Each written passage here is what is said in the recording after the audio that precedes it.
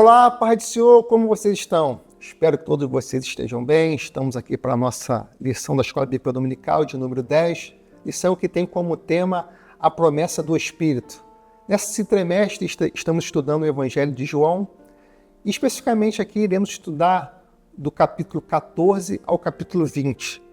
E a lição de hoje tem como texto, na verdade são 3 textos ao qual nós iremos analisar nessa lição de hoje. Primeiro é um bloco que se encontra no Evangelho de João, capítulo 14, 15, 16 e 17. Posteriormente, iremos analisar o capítulo de número 20 e depois iremos analisar Atos, capítulo 2, de uma forma bem superficial, mas bem objetiva para que possamos compreender a promessa do Espírito para a igreja e também para os cristãos. Então, pois bem, esse primeiro bloco, capítulo 14, 15, 16 e 17, ele é conhecido como o discurso do cenáculo. Por quê? Porque aqui, na verdade, é o último discurso de Jesus, as últimas instruções de Jesus para os seus discípulos antes dele ser preso, morrer e ressuscitar. E um dos pontos muito interessantes, ponto muito interessante de destaque acerca dessa instrução de Jesus para os seus discípulos se encontra lá no capítulo 14, verso 16, que diz, Jesus falando para os seus discípulos, e eu rogarei ao Pai, e ele vos dará outro Consolador, para que fique convosco para sempre. Jesus, nos evangelhos, ele é considerado como o Consolador.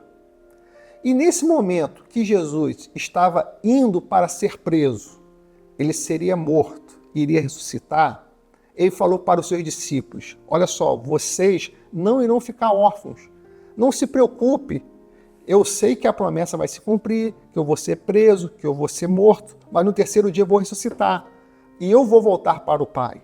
E posteriormente eu irei voltar para a igreja. Mas dentro desse período que eu irei ressuscitar e até a minha volta, vocês não vão ficar órfãos. Eu vos darei o outro Consolador, aquele que vai estar diante de vocês, aquele que vai consolar vocês, aquele que vai estar próximo de vocês. Esse texto é interessante que quando fala outro Consolador, Jesus está colocando uma outra pessoa com as suas mesmas características. Ou seja, outras pessoas com seus mesmos adjetivos com a mesma qualidade. Então, quando fala outro Consolador, está colocando o quê? Como Jesus era uma pessoa, Jesus fala que estaria dando outro Consolador, nós estamos vendo aqui claramente que o Espírito Santo também é uma pessoa. Nós também vemos que Jesus, através desse trimestre, que Jesus é Deus, que Jesus comporta a segunda pessoa da Trindade. Então, quando ele fala que vos darei outro Consolador, ele está colocando alguém da mesma qualidade de divindade dele. Então, nós temos aqui a terceira pessoa da divindade que vai estar com a igreja, que é o Espírito Santo.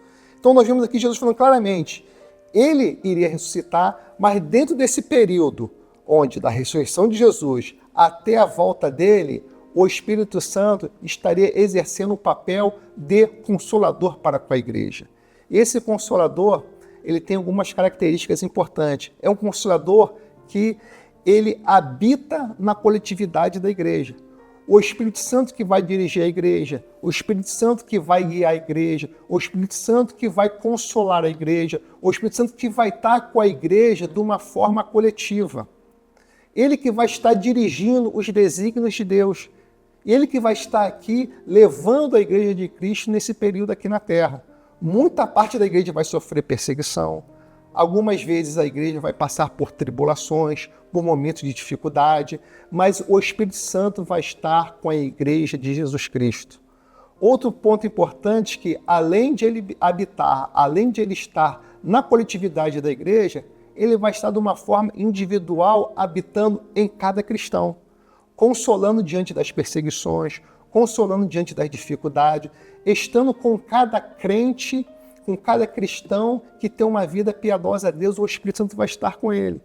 Então não se preocupe esse momento que você está passando de dificuldade. O Espírito Santo, ele habita em você, ele está com você, porque foi uma promessa de Jesus Cristo para com a igreja.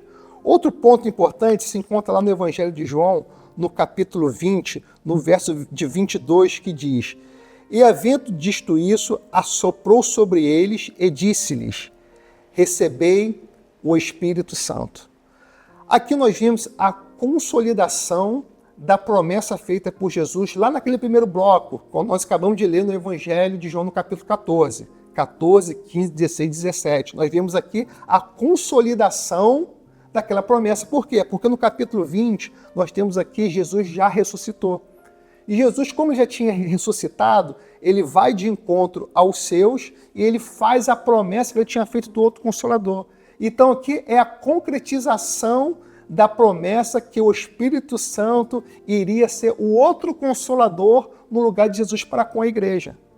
Ponto importante aqui que eu posso abrir até um parênteses para comentar nessa lição de hoje. Nós vemos hoje uma prática em algumas denominações, especialmente denominações neopentecostais, onde surge a mania de começar a soprar no microfone. A soprar no microfone como se fosse algo místico que, através de um assopro de um pregador, de um pastor, aquele ambiente seria modificado, como se fosse o Espírito Santo descendo naquele local. Eles utilizam como referência essa passagem de João, capítulo 20, verso 22, que diz que Jesus assoprou sobre ele e disse: recebei o Espírito Santo. Na verdade, tal prática, utilizando esse texto, nós vemos que, na verdade, acaba sendo uma heresia, porque é algo totalmente que contradiz a Bíblia. Quando Jesus assopra sobre eles o Espírito Santo, o que Jesus está querendo dizer nesse momento? Aquela promessa que eu fiz lá no Evangelho, lá no meu último discurso, que vocês estariam outro Consolador, eu estou concretizando ela agora. Vocês, então, estarão recebendo o outro Consolador para convosco. A partir daquele momento, a partir daquele período ali, inaugura-se a Igreja de Cristo aqui na Terra, e nesse momento o Espírito Santo acaba participando até a volta de Jesus com a Igreja.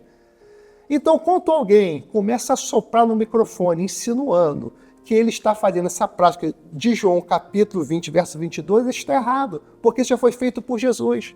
E Jesus que tinha essa autoridade de mandar, enviar outro Consolador. Então, tal prática não deve ser seguida por nós pentecostais clássicos.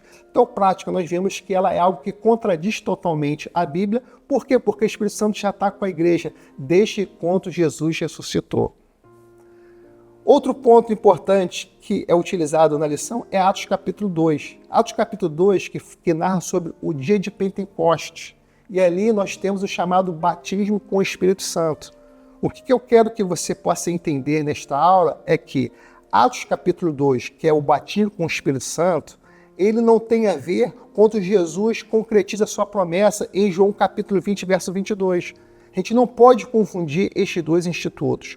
Uma é o Espírito Santo estar com a igreja, outra é o batismo com o Espírito Santo. São duas situações distintas. Existem pessoas que neste momento não foram batizadas com o Espírito Santo, mas não quer dizer que o Espírito Santo não está habitando nela, não quer dizer que o Espírito Santo está consolando. Pelo contrário, o Espírito Santo está consolando, está habitando nela, está com a vida dela, está acompanhando dela, está, na verdade, junto com ela.